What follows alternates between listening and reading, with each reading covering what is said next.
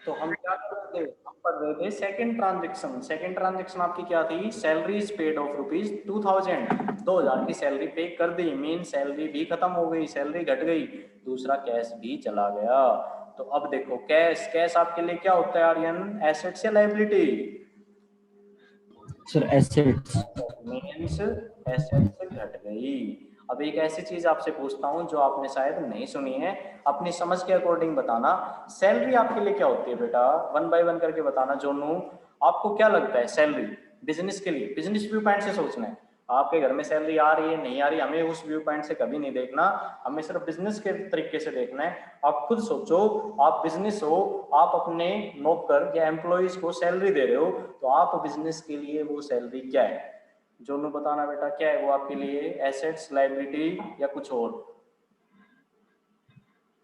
Liability. Liability, okay. Aryan आप बताना। Sir liability. Liability, okay. आंसू? Sir liability. लायबिलिटी। अब आवाज आइए बेटा, ठीक है। आप आवाज, आपकी आवाज नहीं आती, ट्राई किया करो, आवाज है। Geetika? Sir liability. Okay. Rahul?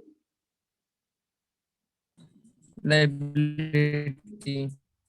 चलो, मे भी बेटा आप सही हो सकते हैं, मे भी आपने जो आंसर दिया है वो सही हो सकता है, लेकिन खुद को क्रॉस वेरीफाई करो। लायबिलिटी की डेफिनेशन क्या होती है, फ्यूचर ओब्लिगेशन।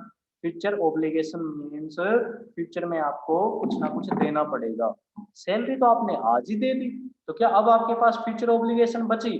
जी नहीं, आपके पास फ्यूचर ओब्लिगेशन नहीं बची। तो अगर क्रॉस वेरिफिकेशन करें डेफिनेशन के साथ, तो क्या सैलरी लायबिलिटी है?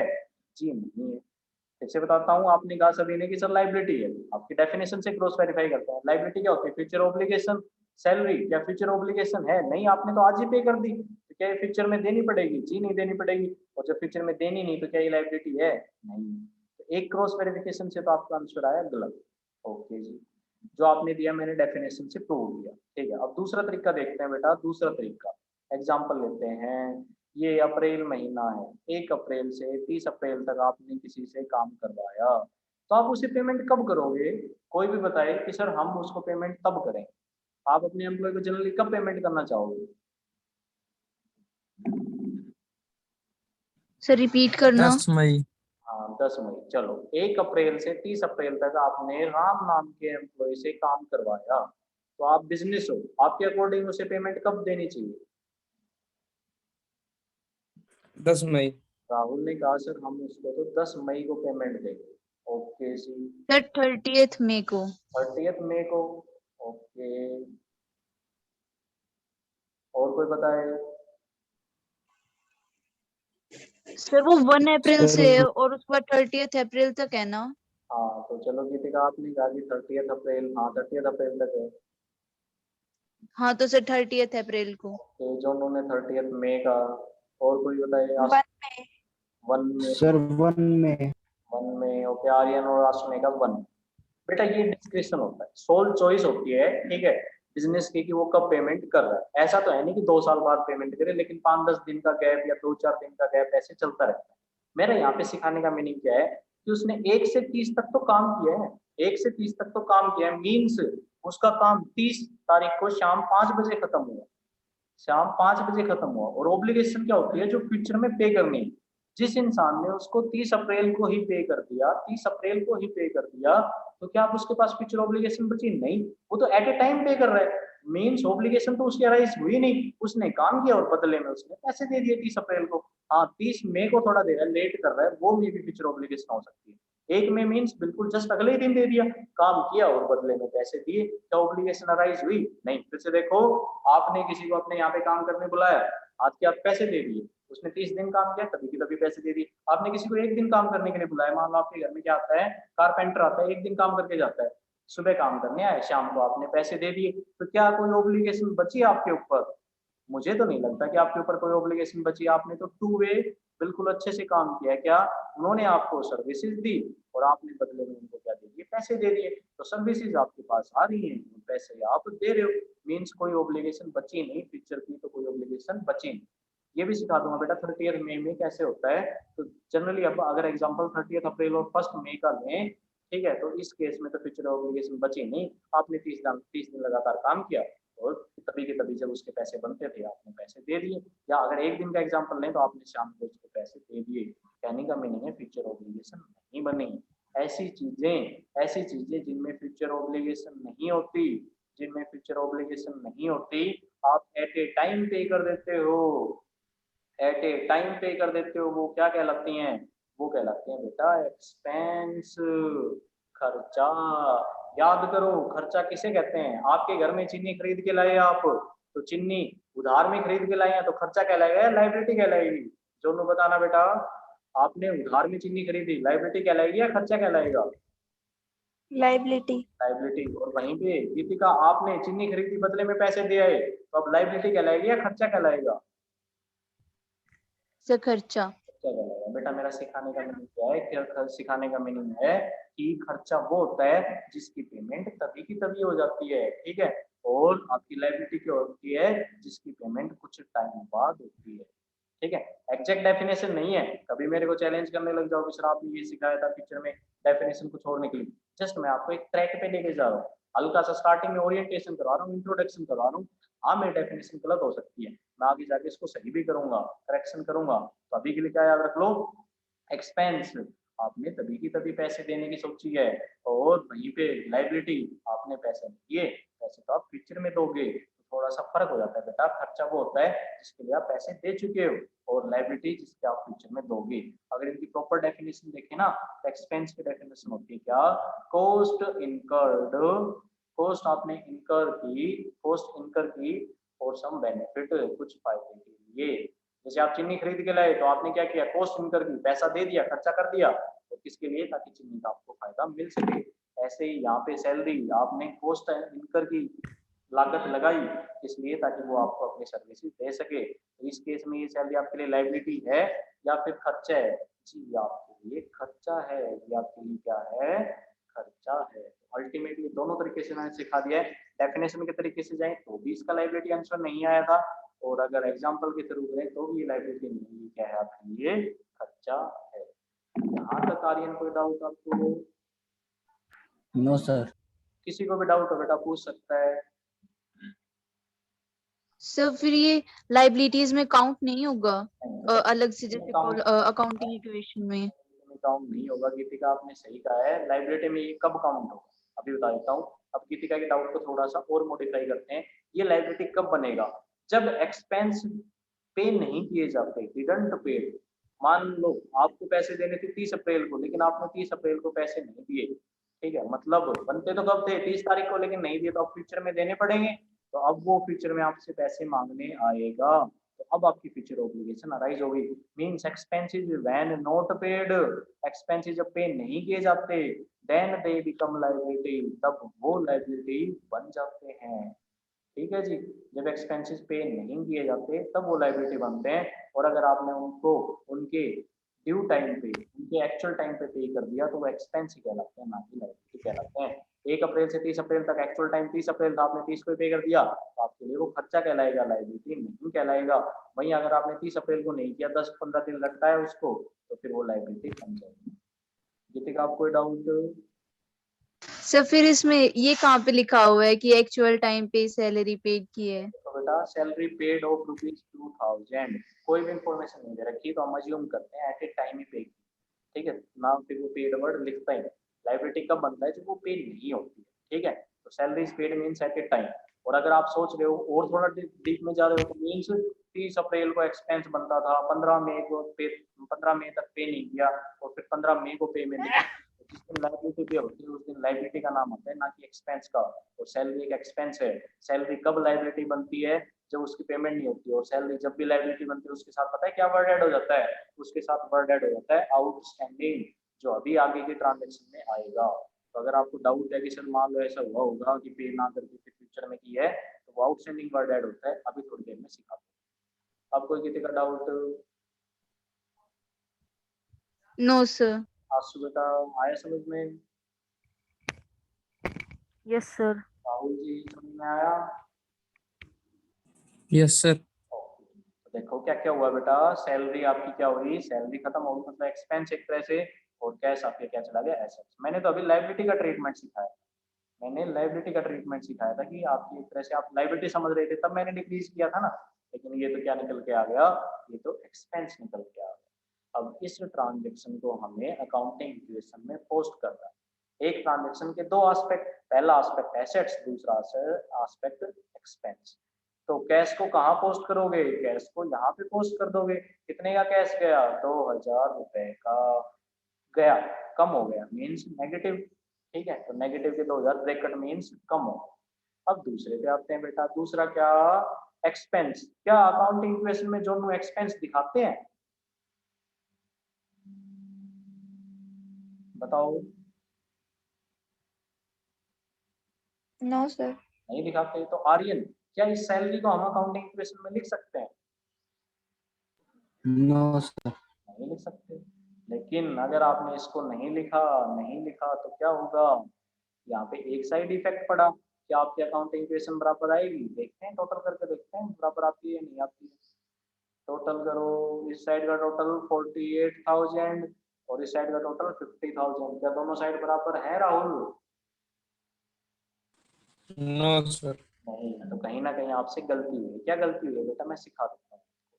देखो, 1 अप्रैल को ओनर ने बिजनेस स्टार्ट किया, ठीक है, और ये आपने पढ़ा था अकाउंटिंग ईयर जनरली 1 साल के लिए होता है, तो 31 मार्च तक ये बिजनेस ऐसे ही चलता रहेगा। बिजनेस में क्या होगा, बिजनेस में कुछ चीजें खरीदी जाएंगी, कुछ चीजें बेची जाएंगी। अल्टीमेट बिजनेस का मोटिव क्या होता है, अल्टीमेट बिजनेस का मोटिव होता है या तो प्रॉफिट कमाना या फिर लॉस कमाना। आप खुद सोचो, आप इस बिजनेस स्टार्ट करोगे, उसमें कुछ भी हो, उसमें चाहे 1000 ट्रांजेक्शन हो, अल्टीमेट इफेक्ट क्या आएगा, या तो आपको फायदा होगा या आपको नुकसान होगा। बिजनेस में दो ही सिचुएशन होते हैं, एक तीसरी सिचुएशन होती है कि कुछ नहीं होता। जनरली क्या लेके चलते हैं कि या तो फायदा या नुकसान। ऐसा ही होगा राहुल, बिजनेस आप स्टार्ट करते हो 1 साल चले 10 साल चले, या तो फायदा होगा या नुकसान होगा, बताओ। Yes sir. हाँ, ऐसा ही होगा। तो हम देखते हैं बिजनेस में खर्चे होंगे, बिजनेस में कमाई भी होगी, अल्टीमेट इफेक्ट तो क्या आएगा, या तो फायदा होगा या नुकसान होगा। अब फायदे के ऊपर किसका हक होता है जोनू, ओनर का। ओनर का। तो नुकसान के ऊपर भी किसका हक होगा, ओनर का। ओनर का, सीधी सी बात है। चलो जी, तो अब यहाँ पे हम आते हैं सैलरी पे की। सैलरी पे की तो एक तरह से अल्टीमेटली ओनर को नुकसान हो रहा है या फायदा हो रहा है, सैलरी पे की ओनर को अल्टीमेटली नुकसान हो रहा है या फायदा हो रहा है, सैलरी पे करने से उसके पैसे जा रहे हैं या बढ़ रहे हैं, कम हो रहे हैं। कम हो रहे हैं। तो बिल्कुल आपके क्या, एक तरह से लॉस की तरह। ये बेटा लॉजिकल आंसर नहीं है, लॉजिकल मैंने आंसर नहीं दिया है, जस्ट कोरिलेट कर आपको सिखाने के लिए, जल्दी से आप सीख जाओ, जनरली आपको सिखाने के लिए कर दिया। एक्चुअल रीजन इसके पीछे पता है बेटा क्या होता है, एक्चुअल रीजन होता है प्रॉफिट एंड लॉस अकाउंट बनता है, ठीक है, उसमें कंप्लीटली दिखाया जाता है, यहाँ पे एक्सपेंस होंगे, यहाँ पे इनकम होगी, फिर जाके प्रॉफिट आएगा, प्रॉफिट ऐड होगा और इनकम लॉस क्या होगा, लॉस माइनस होगा। तो वो एक्चुअल थोड़ी देर में बता दूंगा। जनरली अगर सिंपल सा कोरिलेट करना हो आपको, सिंपल सा अगर आपको कोरिलेट करना हो तो आप क्या करोगे, आप करोगे कि प्रॉफिट हमेशा क्या होता है, बढ़ाता है ओनर को, और लॉस हमेशा क्या करता है, घटाता है, ठीक है जी। तो प्रॉफिट बढ़ाएगा, लॉस घटाएगा। एक्सपेंस क्या होते हैं, एक तरह से नुकसान ही करते हैं उसके फायदे में, एक तरह से नुकसान करते हैं, तो वो क्या हो जाएंगे आपके माइनस। तो सैलरी का अल्टीमेट इफेक्ट क्या पड़ेगा, सैलरी का अल्टीमेट इफेक्ट ओनर के पैसे को जाके वो कम करेगी, ओनर के पैसे को जाके वो कम कर देगी। कोई भी खर्चा होता है वो ओनर के फायदे को कम करता जाता है, ओनर के यहाँ पे नुकसान करता जाता है। ये था बेटा एक तरह का रट्टा। अब मैं सिंपल सा इसको सिखाता हूँ आपको कि P&L अकाउंट कैसे बनता है। पूरे साल में मान लो खर्चे हुए कितने, खर्चे हुए एक्सपेंसेस हुए कितने, 50,000, और इनकम हुई कितनी, 70,000। क्या आंसू बता सकते हो कितना फायदा हुआ, 20,000। 20,000। बिल्कुल सही दिया आपने आंसर राहुल, ठीक है। 70 माइनस 50 20, सीधा सा क्या है आपका फायदा है, और ये किसको जाएगा, ओनर को जाएगा। मीन्स अगर एक्सपेंस यहाँ पे 40,000 होते, एक्सपेंस यहाँ पे 40,000 होते तो ओनर के पास कितना जाता प्रॉफिट, 30,000। कहने का मतलब है जैसे जैसे एक्सपेंस डिक्रीज होते हैं, देखो 50 से 40 हुए तो प्रॉफिट बढ़ा या घटा, प्रॉफिट बढ़ गया मीन्स एक तरह से कैपिटल बढ़ी या घटी, कैपिटल बढ़ गई, प्रॉफिट कैपिटल में जाके ऐड होता है ना, तो प्रॉफिट बढ़ेगा मीन्स कैपिटल एक तरह से बढ़ेगी। और वैसे ही अगर कभी भी एक्सपेंस बढ़ते हैं, मान लो ये 50 से कितने हो गए, 50 से आपके हो गए 60,000, तो अब कितना हो जाएगा 60 माइनस 70 माइनस 60 10,000। तो जब जब खर्चे बढ़ते हैं तो प्रॉफिट घटता है या बढ़ता है, प्रॉफिट घटता है, और उसकी वजह से कैपिटल घटती है या बढ़ती है, कैपिटल घटती है। तो अल्टीमेट लिंक तो बेटा ये होता है, खर्चे जब जब घटेंगे फायदा बढ़ेगा मतलब ओनर की कैपिटल बढ़ेगी, खर्चे जब जब बढ़ेंगे मतलब फायदा घटेगा मीन्स ओनर की कैपिटल घटेगी। अब आया एक्चुअल कोरिलेशन समझ में गीतिका? सर फिर ये जो प्रॉफिट हुआ उसमें क्या एम्प्लॉयज को कुछ नहीं मिलेगा अगर सब कुछ ओनर को देते हैं तो? उसको कुछ नहीं मिलेगा, बिजनेस के पास कुछ नहीं होता, ओनर छोड़ना चाहे तो छोड़ सकता है, वो उसकी मर्जी है, अल्टीमेटली एक बार देना तो हमें ओनर को ही पड़ेगा। और कोई डाउट? No sir. आर्यन आया समझ में? Yes sir.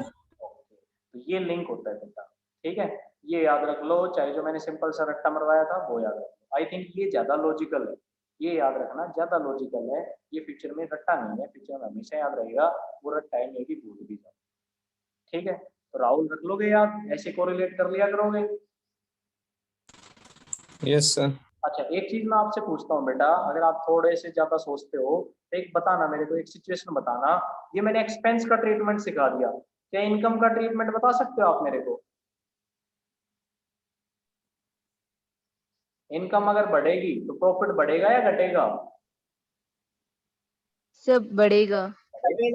यहाँ पे अगर इनकम 70 थी, मैं 80 कर देता, तो 80 माइनस 50, प्रॉफिट क्या होता, बढ़ता, ठीक है। तो इनकम बढ़ती प्रॉफिट बढ़ता तो भी कैपिटल बढ़ती, और इनकम अगर घटेगी तो प्रॉफिट क्या होगा, प्रॉफिट घटेगा, तो कैपिटल भी घटेगी। कहने का मतलब है, अगर एक लाइन में अगर मैं याद रखना चाहूँ इस लॉजिक को, तो लॉजिक क्या है, income will have positive effect on capital, income का पॉजिटिव इफेक्ट होगा कैपिटल के ऊपर, और वहीं पे expense will have negative effect on capital, capital के ऊपर उनका क्या होगा, नेगेटिव इफेक्ट होगा।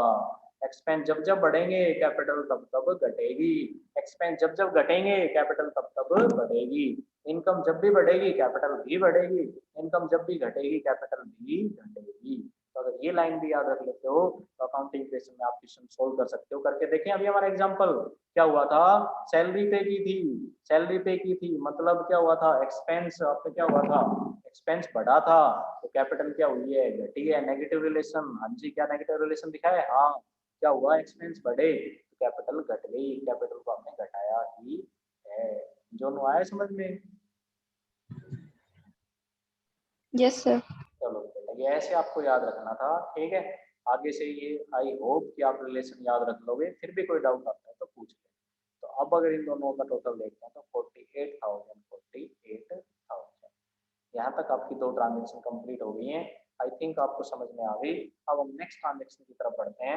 नेक्स्ट ट्रांजेक्शन आपकी क्या है, थर्ड ट्रांजेक्शन, रीड आउट करना राहुल, क्या है थर्ड ट्रांजेक्शन?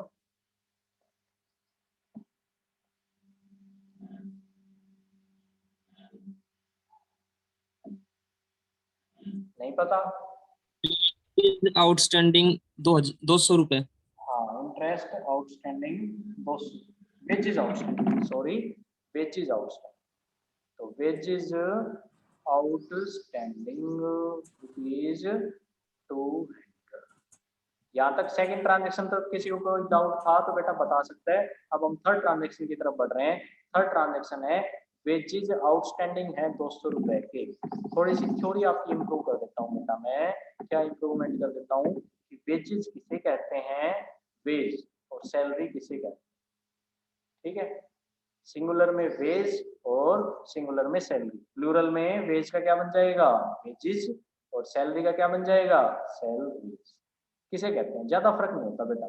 सैलरी किसको दी जाती है, जो आपका परमानेंट एम्प्लॉय होता है, ठीक है, परमानेंट या फिर रेगुलर एम्प्लॉय।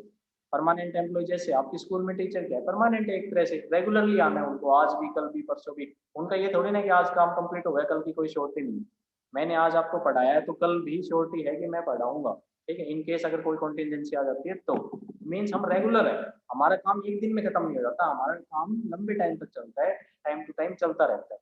वहीं पे आपके घर में कारपेंटर आया था, आपको जिस दरवाजा ठीक करवाना था, दरवाजे के ऊपर आपको कुछ भी लगवाना था या हटवाना था, तो उसका काम लगातार चलता रहेगा आर्यन, या फिर एक दो दिन में कंप्लीट हो जाएगा? सर 1-2 दिन में कंप्लीट हो जाएगा। तो जिनका काम रेगुलर नहीं होता, इररेगुलर होता है, उन्हें हम जो पैसे देते हैं उसको नाम दिया जाता है वेज, और जिनका काम रेगुलर होता है उन्हें जो हम पैसे देते हैं वो कहलाते हैं सैलरी। ये जस्ट थ्योरी थी बेटा, आपको याद रखनी है, आगे कभी वेज या सैलरी वर्ड आ जाए तो घबराना मत। वेज होता है इररेगुलर एम्प्लॉय के लिए, कि आज आ गए, आज शाम को उनको पैसे दे दिए, मतलब उनका काम इतना ही था। 2 दिन आए, 2 दिन के उनको पैसे दे दिए, उनका काम इतना ही था। सैलरी मीन्स जो लगातार आपके रहते हैं, काम करते रहते हैं, दोनों को पेमेंट ही करनी, ये रेगुलर होते हैं और ये रेगुलर होते हैं। ठीक, आपको तो ये ध्यान रखना है बेटा, बिजनेस के लिए सैलरी क्या था, एसेट्स, लायबिलिटी, एक्सपेंस या इनकम? कोई भी बताए। बिजनेस सर रिपीट करना। बिजनेस के लिए सैलरी क्या था, एक्सपेंस, एसेट्स, लायबिलिटी या इनकम? सर आपने बताया था तो एक्सपेंस। बिल्कुल, तो सैलरी आपकी क्या है, एक्सपेंस ही है। ठीक है, तो वेज भी आपके लिए क्या है, वेज मैंने बताया जो सैलरी का एक नाम है, इरेगुलर एम्प्लॉइज को जो देते हैं वो वेज, और रेगुलर को जो देते हैं वो सैलरी। तो वेज का क्या होगा, वेज का राहुल क्या नाम होगा, एक्सपेंस, इनकम, एसेट्स या लायबिलिटी?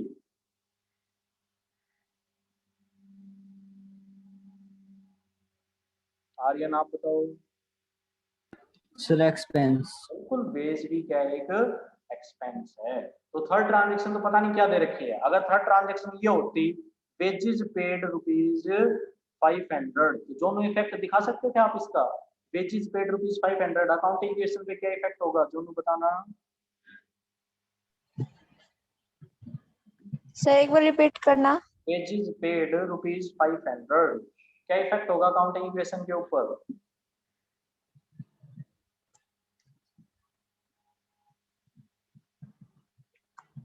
कैश पे इफेक्ट होगा। हाँ, और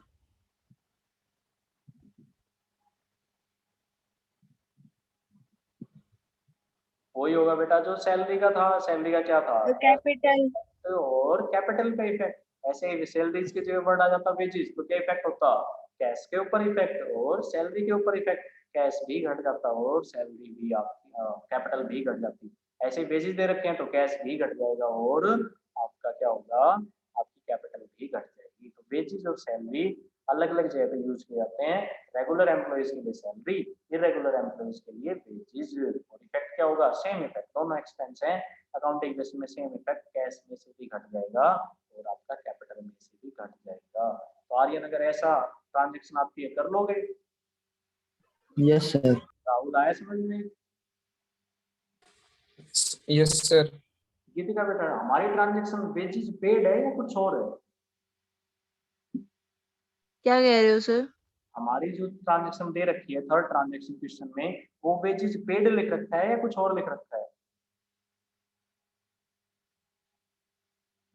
सर पेड तो नहीं लिख रखा। हाँ, क्या लिख रखा है, वेजेस आउटस्टैंडिंग। तो अगर पेड होता तो सिंपल सा इफेक्ट दिखा देते सैलरी जैसा, लेकिन अब एक और क्या आ गया, एक्स्ट्रा मॉडिफिकेशन के साथ आ गया, वेजेस आउटस्टैंडिंग ऑफ ₹200, 200 रुपए के वेजेस आउटस्टैंडिंग है। ये कैसा वर्ड आ गया, नहीं पता, लेकिन इंग्लिश तो आती है, हाँ जी आती है, तो बताना। वेजेस मीन्स एक तरह से एक्सपेंस, तो वेजेस क्या एक तरह से एक्सपेंस है। आउटस्टैंडिंग बाहर खड़ा है। अच्छा ये बताओ, आपके घर के बाहर कौन खड़ा होता है, ये आपका घर है, आपके घर के बाहर कौन खड़ा होगा, जिसको आपसे कुछ पैसे लेने हैं वो, या जिसको आपको कुछ पैसे देने हैं वो? सोच के देखना, आपने किसी को उधार दिया, वो आपके घर के आगे बाहर खड़ा होगा, या जिससे आपने उधार लिया वो आके खटखटाएगा दरवाजे के, मेरे पैसे वापस करो? इससे उधार लिया। तो उधार जनरली परवर्ती लोग सर जिससे उधार लिया। वेरी गुड, आप सभी ने सही आंसर दिया, जिससे उधार लिया। एक तरह से आपके घर कौन बाहर खड़ा होता है, एक तरह से आपके घर वो बाहर खड़ा होता है जो आपका क्रेडिटर होता है, जो आपका कुछ लेनदार होता है, देनदार। ठीक है, आपसे कुछ लेने वाला है वो आपके घर आगे खड़ा होता है, देने वाला नहीं आता, वो कहता है कि जब बनेंगे तब पैसे दे दूंगा। ठीक है, तो जिससे आपको कुछ लेना है वो बाहर खड़ा होता है, मीन्स एक तरह से लायबिलिटी बाहर खड़ी होती है। वेजेस आउटस्टैंडिंग, वेजेस बाहर खड़े हैं, मतलब कब खड़े हुए होंगे? अगर आपने इसको पैसे दे दिए होते, अगर आपने इसको पैसे दे दिए होते तो क्या ये आपके पास फिर दोबारा मांगने आता या आपके दरवाजे के पास दोबारा खड़ा होता राहुल? No sir. नहीं, मतलब एक तरह से क्या है, क्या आपने इसको पैसे दे दिए? जी नहीं, एक्सपेंस नहीं दिए, means expense not paid, expense आपने अभी तक पे नहीं किए हैं। फिर से बता दूं क्या, एक्सपेंस आपने पे अभी तक नहीं किए हैं, ठीक है जी। और जब जब एक्सपेंस पे नहीं करते, अभी सिखाया था बेटा आपको, when expenses are not paid, जब एक्सपेंस पे नहीं किए जाते, गीतिका का डाउट भी था, तो वो क्या बन जाते हैं आर्यन? लायबिलिटी। आउटस्टैंडिंग बन जाते हैं, और वो ही नाम आया हमारे सामने, क्या बन गए? लायबिलिटी। मीन्स एक्सपेंस आपके क्या, आपने पे नहीं किए तो क्या बन गए? लायबिलिटी बन गए। वेजेस एक्सपेंस पे। सर वेजेस, हाँ बेटा बोलो। Sir wages expense, sir outstanding expense नहीं होंगे वेजेस? हाँ, इनको कह सकते हैं, नाम कह सकते हैं आउटस्टैंडिंग एक्सपेंस, ठीक है। एक्सपेंस इन नॉट पेड, इसका दूसरा नाम होता है आउटस्टैंडिंग एक्सपेंस, ठीक है। और कोई doubt Geetika? No sir. Simple size transaction में क्या थे? सिंपल साइज ट्रांजैक्शन में राहुल ध्यान देना, दो इफेक्ट हैं। क्या इफेक्ट हैं? वेजेस खर्चे थे, पे नहीं किए, तो एक खर्चे का नाम आया और एक खर्चे पे नहीं किए, आउटस्टैंडिंग एक्सपेंस का नाम आया। तो दो नाम आए, expense and outstanding expense. Expense का नेचर कैसा, सॉरी, आउटस्टैंडिंग एक्सपेंस का नेचर कैसा? लायबिलिटी। और एक्सपेंस का ट्रीटमेंट तो मैंने आपको अभी सिखाया ही था। एक्सपेंस का जो क्या ट्रीटमेंट होगा बेटा, ये अभी मैं बता देता हूँ। आप एक्सपेंस का ट्रीटमेंट बताओ, अभी अभी आपने सीखा था। एक्सपेंस का अकाउंटिंग इक्वेशन के ऊपर क्या इफेक्ट होता है?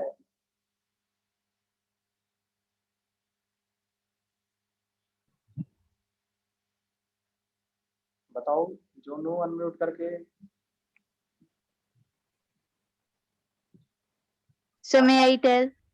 हाँ सर आप बोलो बेटा गीतिका। सर नेगेटिव इफेक्ट होता है। इफेक्ट होगा, और किसके ऊपर? कैपिटल के ऊपर। तो आर्यन ये एक्सपेंस क्या होंगे? इन वेजेस का क्या ट्रीटमेंट होगा? कैपिटल में से माइनस होंगे या नहीं होंगे? सर माइनस होंगे। होंगे, माइनस होंगे। तो वेरी गुड बेटा गीतिका। आर्यन आप भी, वेजेस आउटस्टैंडिंग 200 के थे, तो पहले हमने एक्सपेंस का इफेक्ट दिखा दिया, एक्सपेंस क्या हो जाएंगे? माइनस हो जाएंगे, ठीक है जी। दो नाम आए थे हमारे सामने, क्या क्या नाम आए थे? एक तो नाम आया था आपका वेजेस एक्सपेंस, एक्सपेंस का ट्रीटमेंट दिखा दिया। अब हम सीखने जा रहे हैं आउटस्टैंडिंग का। पहले ये बताओ जो बेटा, एक्सपेंस का ट्रीटमेंट आया समझ में? Yes sir. राहुल याद रहेगा? Yes sir. ओके, अब लाइबिलिटी का करते हैं। दूसरा नाम लाइबिलिटी आया था ना, एक तो एक्सपेंस था, एक्सपेंस का लिख दिया। दूसरा नाम क्या? लाइबिलिटी। लाइबिलिटी, लाइबिलिटी आपकी क्या बढ़ी है आज?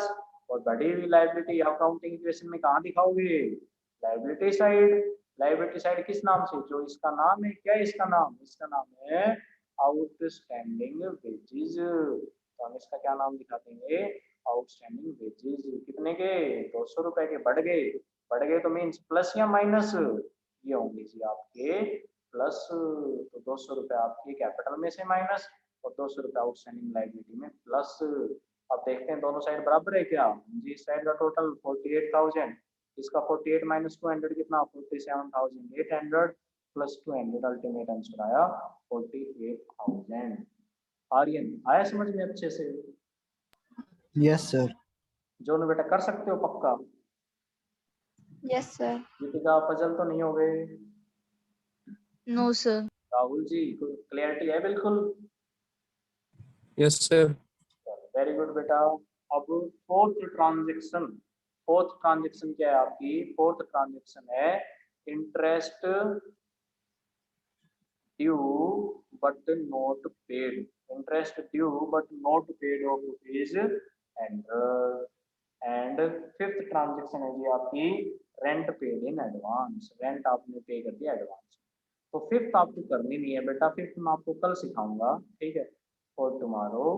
ठीक, आज आपको क्या करनी है घर से ओनली, इंटरेस्ट ड्यू हो गया लेकिन पे नहीं किया। शॉर्टकट बताऊं इसका?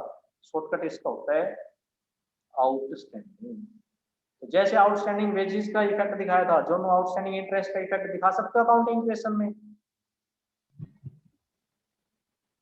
Yes, sir.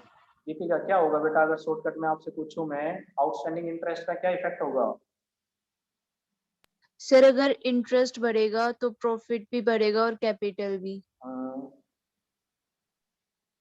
और इंटरेस्ट अगर कम होगा तो प्रॉफिट और कैपिटल दोनों कम होंगे। ठीक है, आप बेटा इंटरेस्ट क्या समझ रहे हो? आप इंटरेस्ट कमाई समझ रहे हो? देखो ध्यान दो, इंटरेस्ट ड्यू था लेकिन पे नहीं किया, मतलब आपको पे करना था, ब्याज आप पे करते भी हो रिसीव भी करते हो, ठीक है, दोनों ही सिचुएशन हो सकती हैं। तो इस सिचुएशन में ब्याज आपको पे करना था, मीन्स ब्याज आपके लिए ये था, अब की बार इनकम नहीं है, इनकम का पॉजिटिव इफेक्ट होता है, ये आपके लिए सर एक्सपेंस, सॉरी ठीक है, सॉरी सर, मैंने कोई सुना इसका नहीं ध्यान ठीक से। रखना, एक्सपेंस का नेगेटिव इफेक्ट होगा, तो इसका क्या होगा, इंटरेस्ट का इफेक्ट क्या, कैपिटल में से माइनस हो, दूसरा इफेक्ट आगे में क्या होगा,